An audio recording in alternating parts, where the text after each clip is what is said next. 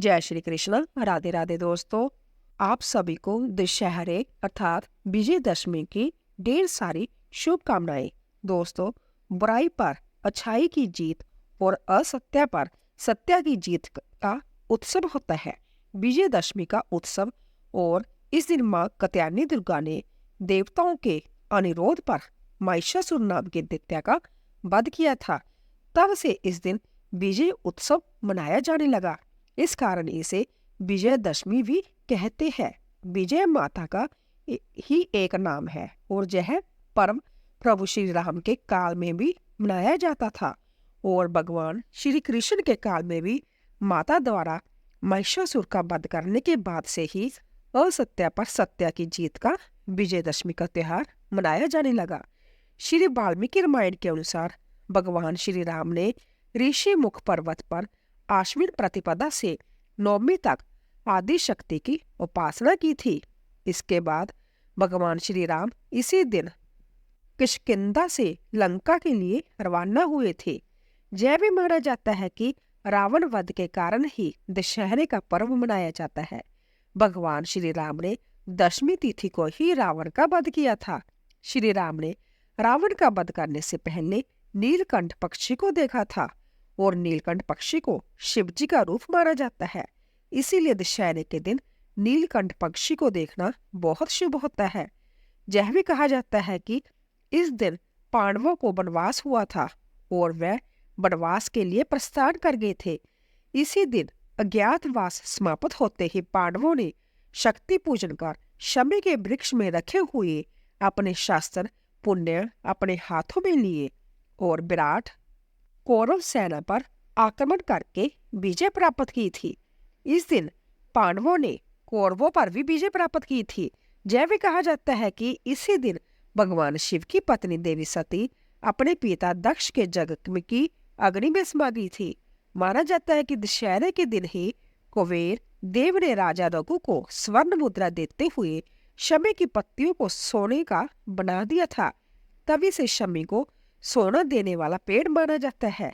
यह भी कहा जाता है कि एक ब्राह्मण ने एक राजा से दक्षिणा में 1,00,000 स्वर्ण मुद्राएं मांग ली थी, तो चिंतित राजा ने एक दिन का समय मांगा। राजा को स्वप्न में भगवान ने दर्शन देकर कहा कि तुम शमी के पत्ते लेकर आओ, मैं उसे स्वर्ण मुद्रा में बदल दूंगा।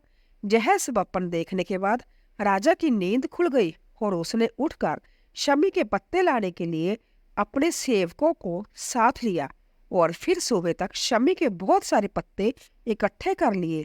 तभी दिव्य चमत्कार हुआ और सारे के सारे शमी पत्ते स्वर्ण में बदल गए। तभी से इस दिन शमी के पेड़ की पूजा का प्रचलन भी शुरू हुआ। विजयदशमी के दिन मुख्य रूप से रावण के पुतले का दहन किया जाता है। आखिरकार रावण में ऐसा क्या था जो हर वर्ष उसका पुतला दहन करके दशहरा मनाया जाता है। रावण का जीवन रहस्यों से भरा हुआ था। एक तरफ तो उसके परम शिव भक्त होने की बात कही जाती है और उसे प्रकांड विद्वान ब्राह्मण माना जाता है। दूसरी तरफ हर वर्ष दशहरे पर उसका पुतला फूका जाता है। आखिर रावण का चरित्र एक विद्वान ब्राह्मण होने के बाद भी इतना दूषित कैसे हो गया कि लोग उसे घृणा भरी नजरों से देखने लगे और हर वर्ष उसका पुतला जलाकर दशहरे का त्योहार मनाने लगे। तो प्रिय दोस्तों, आज विजयदशमी के शुभ अवसर पर आप इस कथा को भी सुनेंगे। उससे पहले सुनिए भगवान श्री राम और एक बुढ़िया की कहानी। जब भगवान श्री राम ने एक बुढ़िया पर कृपा करी तब कैसे उनका जीवन बदल गया, यह आज की सुंदर कहानी के माध्यम से आप जानेंगे। इसीलिए आप सभी से अनुरोध है कि आज की इन कथाओं को आप पूरा सुनकर कमेंट बॉक्स में जय श्री राम या जय श्री कृष्णा लिखकर अपनी हाजिरी अवश्य लगाइए। प्राचीन कथा के अनुसार भगवान श्री राम, माता सीता और भगवान लक्ष्मण जी वनवास को जा रहे थे। उस समय भगवान श्री राम ने थोड़ी देर विश्राम करने का निश्चय किया। तब जहाँ पर भगवान विश्राम कर रहे थे वहीं पास में ही एक बुढ़िया रहती थी। भगवान श्री राम, लक्ष्मण जी और सीता माता जी उस बुढ़िया के घर गए। उस समय बुढ़िया सूत काट रही थी। बुढ़िया ने श्री राम, लक्ष्मण जी और माता सीता का आदरपूर्वक स्वागत किया और उन्हें स्नान ध्यान करवाकर भोजन करने के लिए कहा। तो भगवान श्री राम कहने लगे कि माता, मेरा हंस भी तो बहुत भूखा है, इसके लिए पहले मोती ला दो, बाद में मैं भोजन करूंगा। यह सुनकर बुढ़िया तो बहुत परेशान हो गई, लेकिन बुढ़िया अपने घर आए हुए मेहमानों का निरादर नहीं करना चाहती थी। इस वजह से वह दौड़ते दौड़ते अपने नगर के राजा के पास गई और उससे औधार में मोती देने को कहा। बुढ़िया की हैसियत नहीं थी कि राजा को मोती लौटा सके, लेकिन फिर भी बुढ़िया पर तरस खाकर राजा ने उसे मोती दे दिया। बुढ़िया बड़ी खुश हुई और दौड़ते हुए वह घर पहुंची और उस मोती को लाकर उसने भगवान श्री राम के हंस को खिला दिया। हंस को खाना खिलाने के बाद बुढ़िया ने भगवान श्री राम को भी भोजन कराया। भोजन करने के बाद भगवान श्री राम जाते समय बुढ़िया के आंगन में एक मोती का पेड़ लगा दिए। जब पेड़ बड़ा हो गया तो उसमें बहुत सारे मोती लगने लगे, लेकिन बुढ़िया को तो इन मोतियों के बारे में कुछ भी नहीं पता था। और जब उधर पेड़ से मोती गिरते तो उसकी पड़ोसन आकर उन्हें उठाकर ले जाया करती थी। एक दिन की बात है, बुढ़िया उसी पेड़ के नीचे बैठकर सूत काट रही थी, तभी पेड़ से मोती गिरा। बुढ़िया ने तुरंत वह मोती उठा लिया और उसे राजा के पास ले गई। बुढ़िया के पास इतने सारे मोती देखकर राजा को हैरानी हुई। राजा ने बुढ़िया से पूछा कि तुम्हारे पास इतने मोती कहाँ से आए? तब बुढ़िया ने राजा को बताया कि उसके आंगन में एक मोती का पेड़ है। जय सुनकर राजा ने तुरंत उस पेड़ को अपने आंगन में लगवा दिया, लेकिन भगवान श्री राम की कृपा से राजा के आंगन में लगे हुए मोती के पेड़ में मोती की बजाय अब कांटे लगने लगे। और एक दिन उसी पेड़ का एक कांटा रानी के पैर में चुभ गया। रानी के पैर में कांटा चुभने के बाद उन्हें बहुत पीड़ा हुई। वह चिल्लाते चिल्लाते राजा के पास गई। यह देखकर राजा ने उस पेड़ को फिर से बुढ़िया के आंगन में लगवा दिया। भगवान श्री राम की कृपा से पेड़ में फिर से मोती लगने लगे। अब जब पेड़ से मोती गिरते तो बुढ़िया उन्हें उठाकर प्रभु के प्रसाद के रूप में सभी को बांट दिया करती थी। दोस्तों, इस तरह से भगवान श्री राम ने उस बुढ़िया पर कृपा की। इस कहानी को कहने, सुनते और हुंकारा बनने वाले सभी भक्तों पर हे प्रभु आप वैसे ही कृपा करना जैसे आपने उस बुढ़िया माई पर करी। तो सभी प्रेम से बोलिए, श्री रामचंद्र भगवान की जय। श्री वाल्मीकि रामायण में बताया गया है कि रावण पुलकस मुनि के पुत्र महर्षि विशर्वा और राक्षसी केकसी का पुत्र था। रावण के जन्म की कहानी शुरू होती है समुद्र मंथन से। समुद्र मंथन से निकले अमृत को पीकर जब देवतागण राक्षस से अधिक शक्तिशाली हो गए और हर युद्ध में उन्हें पराजित करने लगे, तो राक्षसों को चिंता होने लगी कि इस तरह तो उनके समूचे कुल का नाश हो जाएगा और राक्षसों के साम्राज्य का अंत हो जाएगा। तब सर्वसम्मति से राक्षसों के बीच में इस बात पर सहमति बनी कि राक्षसों की पुत्री ऐसे शक्तिशाली पुरुष को जन्म दे जो ब्राह्मण भी हो और राक्षसों के कहने पर देवताओं के साथ युद्ध करके उन्हें हरा भी सके। मन में यही विचार किए राक्षस राज सुमाली अपनी पुत्री केकसी के पास पहुंचा और उससे कहा, पुत्री अब तुम विवाह योग्य हो चुकी हो और मेरे व्यय के कारण कोई सुयोग्य तुम्हारा हाथ मांगने मेरे पास नहीं आता। इसीलिए मैं चाहता हूँ कि तुम राक्षस वंश के कल्याण के लिए महापराक्रमी ऋषि विश्रवा से विवाह करो तथा एक तेजस्वी और पराक्रमी बालक को जन्म दो। फिर क्या था, केकसी ने अपने कर्तव्य का पालन किया। अपने पिता की आज्ञा लेकर वह ऋषि विश्रवा से मिलने के लिए पाताल लोक से पृथ्वी लोक को निकल पड़े। पृथ्वी लोक तक पहुंचते पहुंचते केकसी को काफी समय लग गया और इसी कारण वह शाम को जब दोनों भक्त मिले ऋषि विश्रवा के आश्रम पर पहुंची, जहां आकर केकसी ने ऋषि विश्रवा को चरण स्पर्श किया और फिर अपने मन की इच्छा उन्हें बताई। केकसी की बातों को सुनकर ऋषि विश्रवा उसे विवाह करने को तैयार हो गए, लेकिन साथ ही उन्होंने केकसी से यह बात भी कही कि तुम कुवेला में मेरे पास आई हो, इसीलिए मेरे पुत्र क्रूर और बुरे कर्म करने वाले होंगे और उनकी शक्ल भी राक्षसों जैसी होगी, लेकिन मेरा तीसरा पुत्र मेरी तरह धर्मात्मा होगा। और फिर इस तरह ऋषि विश्रवा और केकसी ने रावण, कुंभकर्ण तथा पुत्री शूर्पणखा को जन्म दिया। सबसे आखिर में और तीसरे पुत्र के रूप में धर्मात्मा विभीषण का जन्म हुआ। लंका का राजा रावण अत्यंत शक्तिशाली और विद्वान था। उसे शिव भक्त, वेदों का ज्ञाता और महान योद्धा भी माना गया है। लेकिन वह अत्यधिक अहंकारी और दुराचारी हो गया था। उसकी बहन शूर्पणखा का अपमान श्री राम और लक्ष्मण जी ने किया था, जिसके बाद बदला लेने के उद्देश्य से रावण ने छलपूर्वक भगवान श्री राम की पत्नी सीता जी का अपहरण कर लिया और उन्हें वह लंका में ले आया। सीता जी को रावण ने अपने महल के बगीचे अर्थात अशोक वाटिका में रखा, जहां वह उन्हें बार बार अपनी पत्नी बनने के लिए कहता था। लेकिन सीता जी ने इस प्रस्ताव को ठुकरा दिया और केवल श्री राम की प्रतीक्षा की। उधर जब श्री राम जी को सीता जी के अपहरण का पता चला तो वह उन्हें ढूंढने के लिए निकल पड़ा।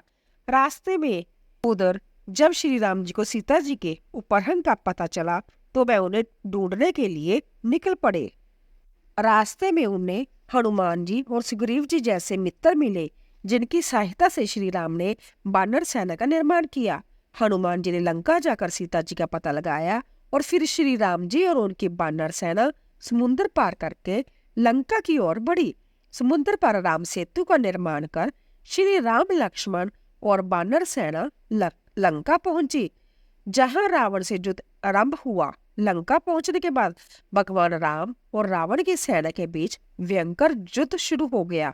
इस युद्ध में रावण की ओर से उसके शक्तिशाली भाई कुंभकर्ण, पुत्र मेघनाथ और लंका के अन्य योद्धा लड़े, जबकि श्री राम की ओर से हनुमान, लक्ष्मण, सुग्रीव, अंगद और वानर सेना थी। युद्ध में श्री राम के भाई लक्ष्मण जी गंभीर रूप से घायल हो गए थे, लेकिन हनुमान जी संजीवनी बूटी लेकर उन्हें बचा लिया। कुंभकर्ण जी को एक अंतर शक्तिशाली राक्षस था, उसे रावण ने जगाकर युद्ध में भेजा। वह अपनी विशाल काया से युद्ध के मैदान में आतंक मचाने लगा, लेकिन आखिरकार वह भी श्री राम के हाथों मारा गया। इसके बाद रावण का पुत्र मेघनाथ, जो अत्यधिक मायावी था और देवताओं को भी हराने का सामर्थ्य रखता था, वह युद्ध में उतरा। मेघनाथ ने अपनी मायावी शक्तियों से लक्ष्मण को गंभीर रूप से घायल कर दिया, लेकिन लक्ष्मण अंततः उसके छलपूर्ण चालों को विफल कर उसे मार गिराते हैं। जब रावण के सभी योद्धा मारे गए तब वह संभव युद्ध के लिए मैदान में उतरा। रावण के पास अद्वितीय शक्तियां थी, उसके 10 सिर और 20 भुजाएं उसे अजेय बनाते थी। श्री राम और रावण के बीच भयंकर युद्ध शुरू हुआ। रावण बार बार अपनी शक्तियों का प्रयोग करता, लेकिन भगवान राम उसके हर प्रहार को विफल कर देते। रावण के पास अमृत तत्व का वरदान था, जिसके कारण उसे मार पाना आसान नहीं था। तब रावण का छोटा भाई विभीषण, जो धर्म के मार्ग पर चलते थे, उन्होंने प्रभु श्री राम की सहायता की। विभीषण ने श्री राम को बताया कि रावण को केवल उसकी नाभि में स्थित अमृत कुंड को नष्ट करके ही मारा जा सकता है।